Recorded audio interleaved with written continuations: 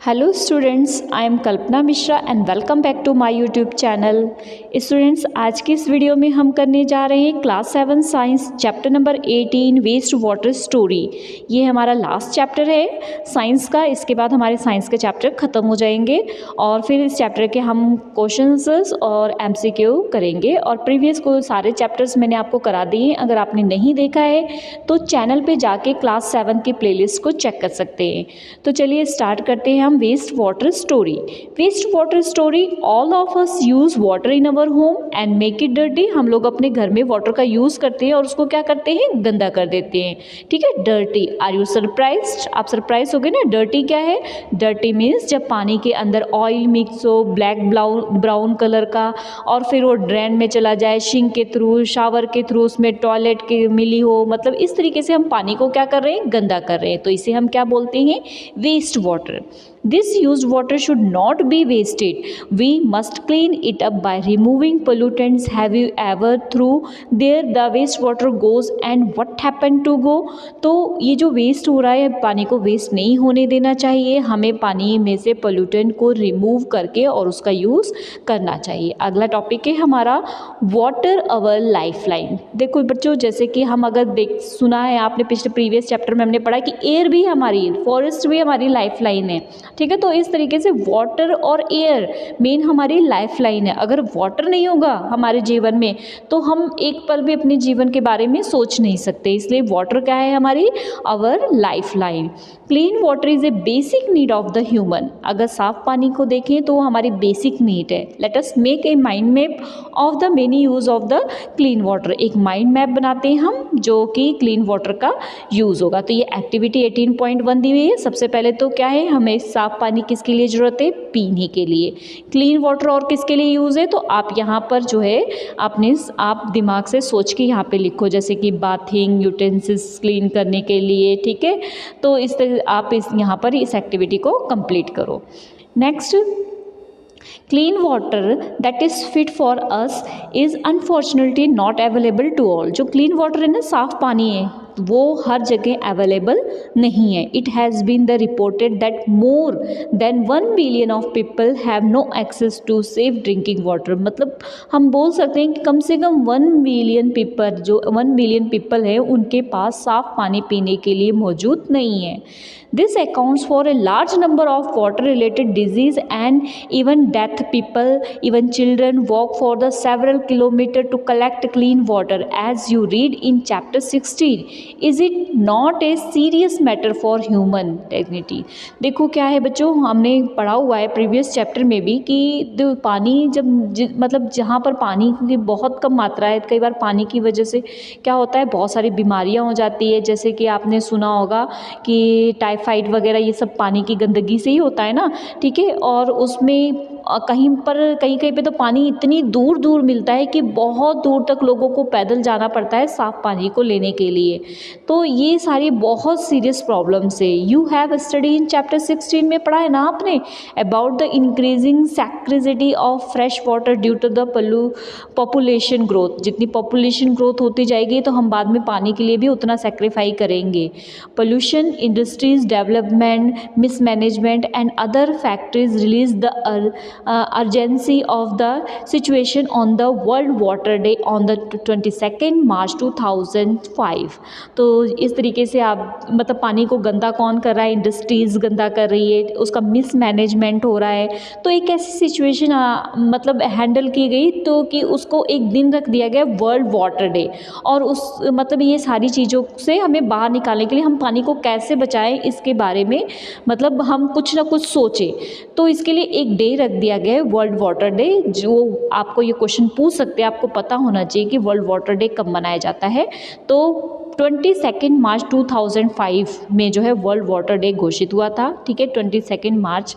And the generally assembly for the United Nation, जो United Nation है वहाँ पर proclaimed the period of 2005 से 2015 द इंटरनेशनल डेकेड मीन्स ये 10 साल, डेकेड क्या होता है 10 साल, ठीक है। तो ये 10 साल था ना 2005 से 2015 तक, ठीक है। For the action of water for life, तो वहाँ पे मतलब ऐसे एक्शन लिए गए कि वाटर जो है लाइफ है, तो क्या क्या एफर्ट करना चाहिए। All effort made during this decade aim to reduce by all half the number of the people who had not have access to safe drinking water. ये जो यहाँ से ये 10 साल का जो प्रोजेक्ट बनाया गया या चलाया गया, एफर्ट किए गए कि मतलब जहाँ पर उनका एम ये था कि इन 10 सालों में जिन पीपल्स के पास क्लीन वाटर नहीं है वहाँ तक पानी को पहुँचाना। There has been the perceptible and progress in the direction of the aim but still there is a lot to achieve। मतलब हर जगह तक तो नहीं पहुंच पाया था लेकिन फिर भी काफ़ी हद तक उन्होंने अचीव कर लिया था अपने एम को। Cleaning of water is a process of the removing pollutants before it enter a water bodies और is reuse. This process waste water treatment is commonly. जो क्लीन वाटर होता है उसमें क्या किया गया है, जो वेस्ट वाटर होता है उसमें से पोल्यूटेंट्स को निकाल दिया गया उसे क्लीन वाटर का और उसको फिर से रीयूज़ किया, ठीक है। तो इस प्रोसेस में क्या होता है, वेस्ट वाटर का ट्रीटमेंट किया गया। तो वेस्ट वाटर में हम समझ सकते हैं कि जैसे सीवेज ट्रीटमेंट, आपने सीवेज के बारे में, जो ड्रेन में पानी हमारे घर का जो वेस्ट निकलता है वो सीवेज वाटर होता है, ठीक है। तो चलो मैं आपको बताती हूँ कि व्हाट इज़ सीवेज। सीवेज होता क्या है। Sewage is waste water release by home. जो सीवेज क्या होता है, वेस्ट वाटर जो हमारे घरों से निकलता है, इंडस्ट्री से निकलता, हॉस्पिटल से, ऑफिस से, other users. It also include rainwater that are run down the stream during a storm or the heavy rain। मतलब जो हमारे घरों से तो पानी निकलता है गंदा, वो तो सीवेज वाटर है ही है। साथ में जब बारिश में बहुत सारा पानी बह के जाता है, ठीक है, तो वो भी एक सीवेज वाटर ही है। The water that wash off the road and roof top carry the harmful substance with it. क्यों? क्योंकि जब बारिश होती है तो हमारे छतों में कितनी सारी गंदगी होती है, तो सारी गंदगी बारिश के पानी के साथ मिल के आगे जाती है ना, है ना। Sewage is a liquid waste, most of it is water which has the dissolve and suspended impurity. तो इसमें क्या होता है, जो सीवेज का लिक्विड होता है, जो वेस्ट होता है, उसके अंदर क्या होता है, पानी बहुत सारा होता है और कुछ मात्रा में उसमें क्या होती है, इम्प्योरिटीज़ होती है। तो चलिए एक्टिविटी देखते हैं। 18.2 locate an open drain near your home. आपके आसपास कोई भी ओपन ड्रेन है तो उसको देखो, ठीक है। आपके घर के आसपास, स्कूल के आसपास, रोड साइड, जहाँ पर भी आपको दिखे वहाँ पर ओपन ड्रेन को देखो। रिकॉर्ड कलर, उसका कलर देखो, ऑर्डर मतलब गंध देखो और ऑब्जर्व करो। डिस्कस योर फ्रेंड, और अपने फ्रेंड के साथ डिस्कस करो। And your teacher and fill up the following table. अपने टीचर्स के साथ भी डिस्कस करो और टेबल को फिल करो। यहाँ पर ये जो टेबल दी हुई है ना, इस टेबल को आपने फिल करना है, ठीक है। तो we now that the sewage is a complex mixture and containing the suspended solid organic and inorganic impurities.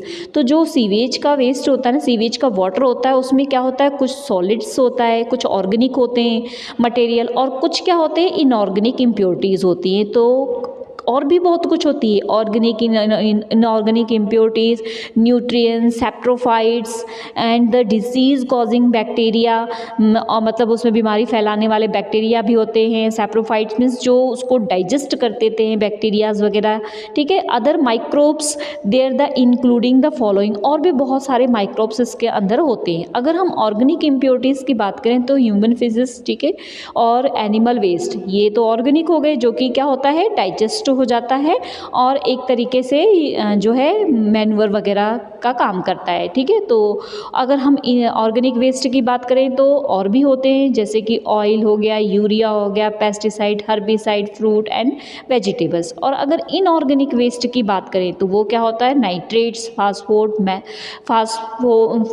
Phosphate, metals, ठीक है। और न्यूट्रिएंट्स उसमें होते हैं फास्फोरस और नाइट्रोजन। इसके बाद अगर हम बैक्टीरिया की बात करें तो बहुत सारे बैक्टीरिया बैक्टीरिया होते हैं जो कि कॉलरा, विब्रियो कॉलरा होता है, ये कॉलरा फैलाता है, सैल्मोनेला होता है, ठीक है, मतलब इस तरीके से बहुत सारे जो टाइफाइड को फैलाता है।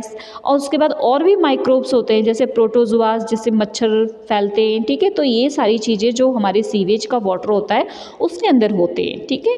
तो इस तरीके से सीवेज के वाटर में कुछ ऑर्गेनिक मैटर है, कुछ इनऑर्गेनिक मैटर है, कुछ न्यूट्रिएंट्स है, कुछ माइक्रोब्स भी है। तो इन सबको हमें क्या करना चाहिए, निकालना चाहिए, क्लीन करना चाहिए और उसको यूज़ करना चाहिए। तो water the freshness up and the eventful journey. Water freshness क्या है, एक इवेंटफुल जर्नी है। इन ए होम और a public building generally one set of pipe bring clean water and another set of pipe take away the waste water. Imagine that we could see through the ground, we would we see network of big and small pipe.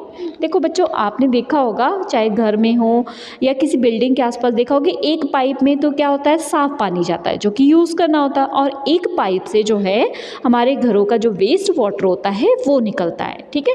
तो आपने देखा होगा we would see network of the big और small pipe, बड़ी पाइपें और छोटी पाइपों के नेटवर्क को देखा होगा। तो sewers and the forming of the sewage, it is the like a transport system that carry sewage and from the point of the being produce to the point of the disposal that is the treatment plant. तो और ये जो sewage की पाइपें होती हैं वो कहाँ जाती है, डिस्पोजल ट्रीटमेंट प्लांट्स होते हैं वहाँ तक ये पाइपें जाती है और वहाँ पर इनका क्या क्या होता है, ट्रीटमेंट होता है, ठीक है। मीन्स उसमें से जो वेस्ट होता है वो निकाला जाता है। Manholes are the located at every 50 metre to 60 metre in the sewage.